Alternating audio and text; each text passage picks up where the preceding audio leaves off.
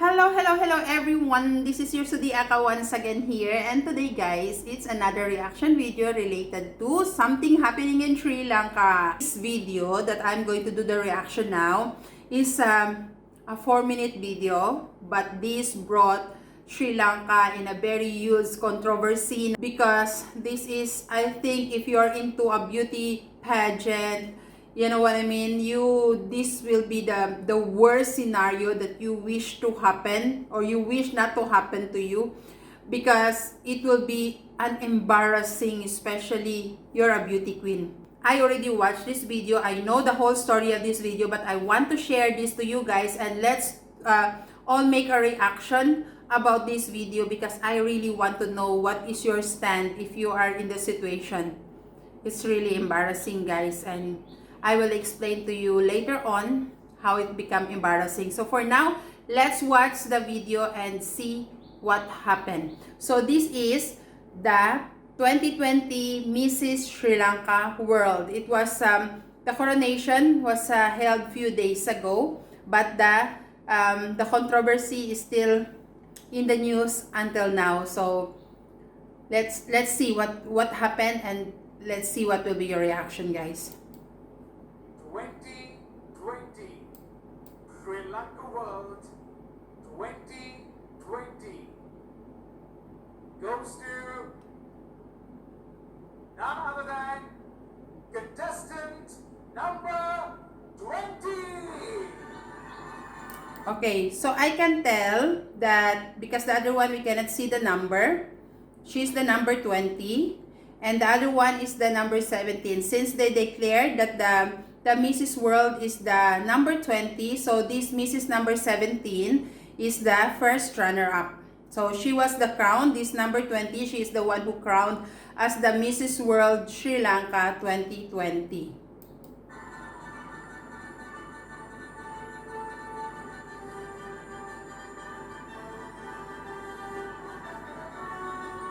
So this is the turning over. I assume this is the turning over of the crown from the former Mrs. World Sri Lanka. Congratulations.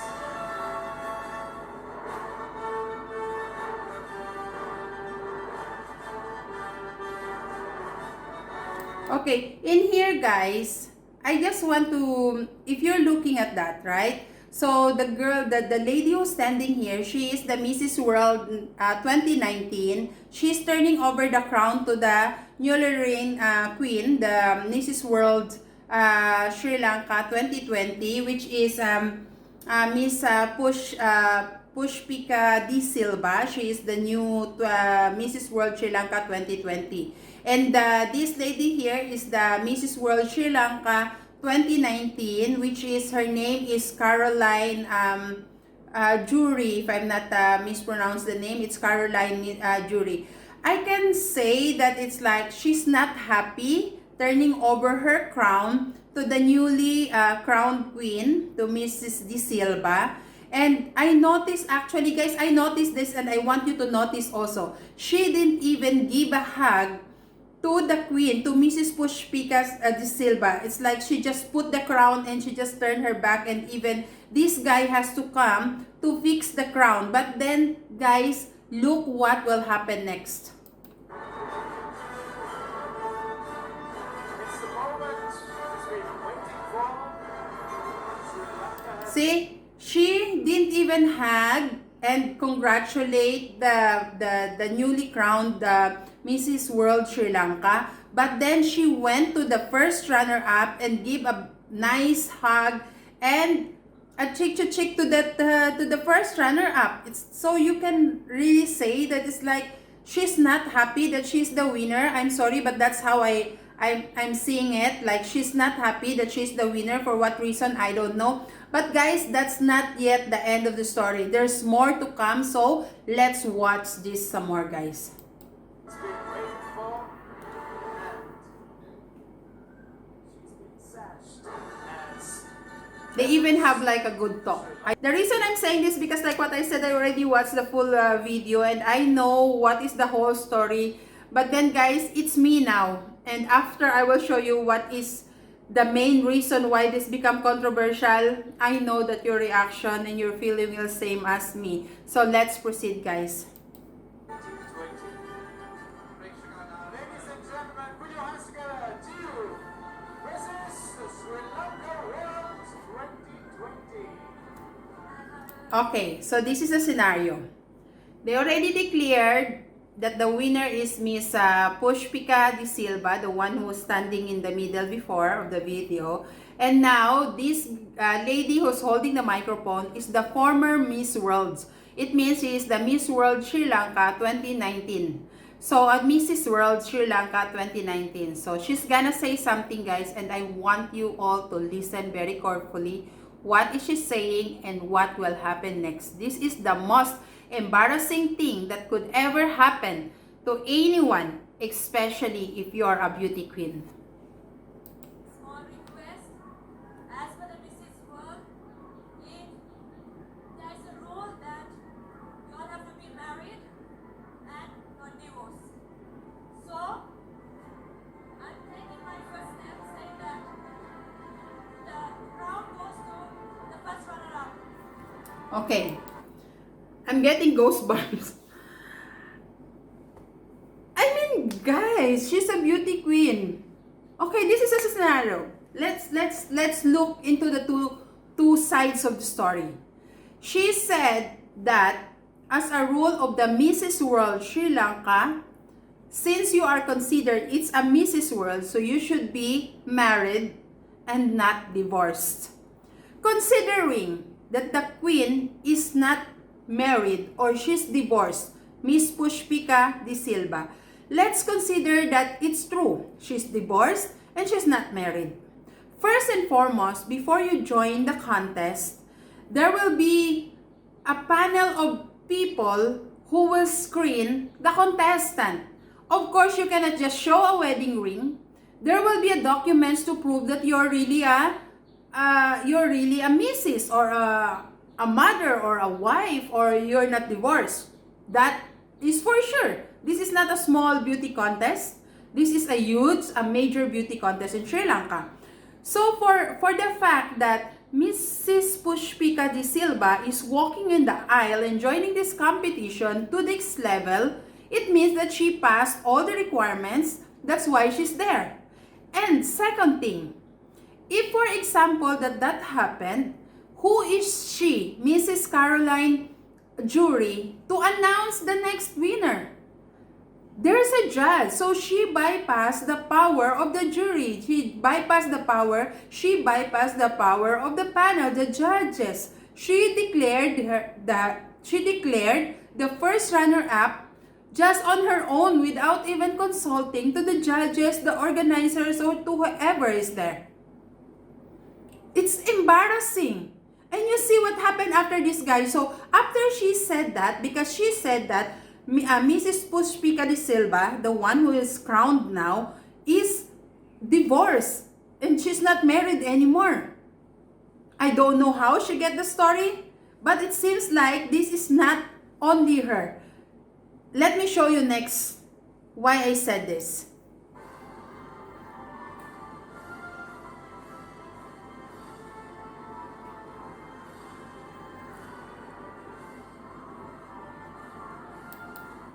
And the way that she took the crown from the queen, she's just grabbing it from her head. And I think I even read the news that the Mrs. De Silva, the one that she's taking off the crown, even suffered a head injury because of this.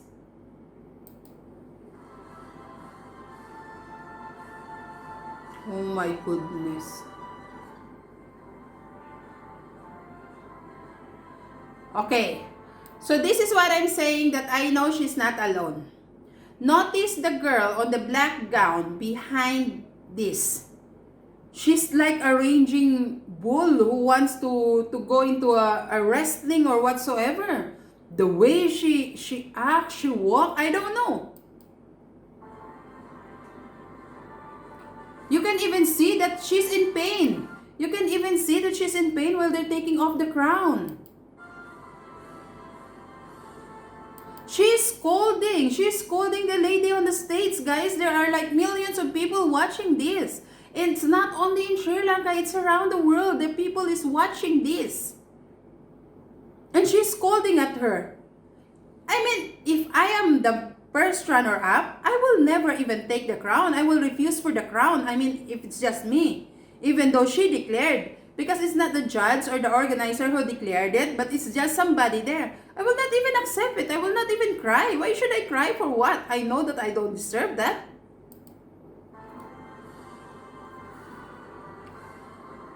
There you go. You saw the newly crowned Mrs. De Silva. Because of the embarrassment, she was too much hurt. She just turned her back and left crying.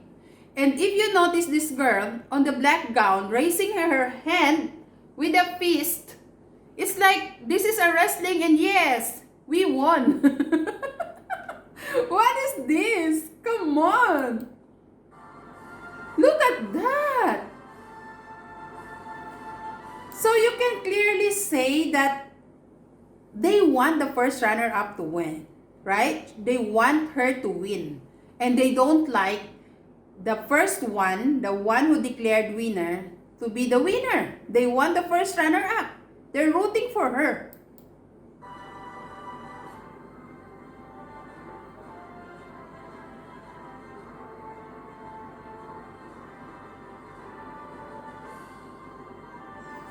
And this lady on the black gown, like hugging and kissing and thanking the former beauty queen. It's like, I don't know. I'm sorry. This is my own reaction video. And maybe I will say it's like she had helped her too much to make this first runner-up be a winner because she's rooting for her.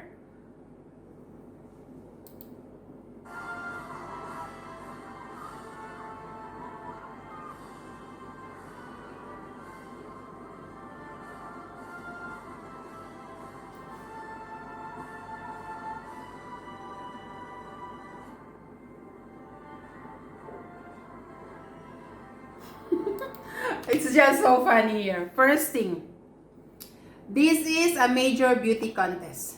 I don't know who is this lady in the black gown. She's on the stage turning over a crown that they stolen from the real winner, and she have this water bottle on her side. Isn't it very professional? Anyway, so that's the end of that video, guys. Okay, let me tell you what is the whole story. So, the former beauty queen, actually I heard a lot of stories saying that this is not a matter of one person is violating the rules or whatsoever. I mean, let's go straight to the point. I read the story that what happened here is a personal issue. It's even though it's very obvious in the video that Mrs. World, the former Mrs. World, the Mrs. World 2019, Caroline Jury, rooting for the first runner-up, and she's not happy that she became first runner-up. She wants her to be the queen, not Pushpika De Silva.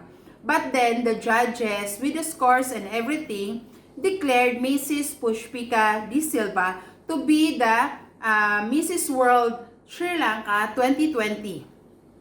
And since she's not happy, she put the power on her hands, saying that she's stepping over to taking out the crown from Mrs. Pushpika De Silva and give it to the first runner-up without even consulting the producers, the organizers, or the judges, or whoever. It's just her. She declared that she's divorced. And what happened here, guys? You are put on shame in front of millions of people who's watching you. Because you know, guys, what happened here after the crown? Mrs. Caroline Jury, the former beauty queen, was actually questioned by the judges itself. Why did you do that without consulting us? And they actually proved that Mrs. Pushpika De Silva, the newly crowned Mrs. World Sri Lanka, is actually separated but not divorced. It means to say she's still the Mrs. She's a single mother looking after her kids. And what actually after a few days, in front of the media organizer and the people around, they give back the crown to her. So the girl who turned her back before, they give back the crown to her because she deserved the crown. She admit that she is separated, but they have a kids and they're still married because they're not divorced. That's the reason why she's still considered as a contestant. And fortunately, she won the contest. And then guys, so they give back the crown to her. And I think as of now, a case, she already promised, Mrs. Pushpika de Silva already promised to put a case against Mrs. World, the former Mrs. World. And Mrs. World, actually there's a lot of stories saying now that she should be deleted from the list. Not only, right, she already turned over the crown, she should be deleted from the list because what really she did is beyond below the belt. You know what I mean? She embarrassed, she bullied, racism, whatever should I call it, but a beauty contest considering that you are a crown holder. What she did, she disrespect all the judges' decision. She stepped her foot like she's the biggest person who can do anything. Somehow in every contest, let's say for example, Mrs. Pushpika de Silva is not deserving of the crown, it will automatically go to the first runner-up, but you cannot do that right on the spot without even showing any evidence. It's just that you heard that your neighbor saying that she's divorced, that's it. But you embarrass the person in the whole wide world. And now the case is going on against her for putting too much shame, which she deserved really.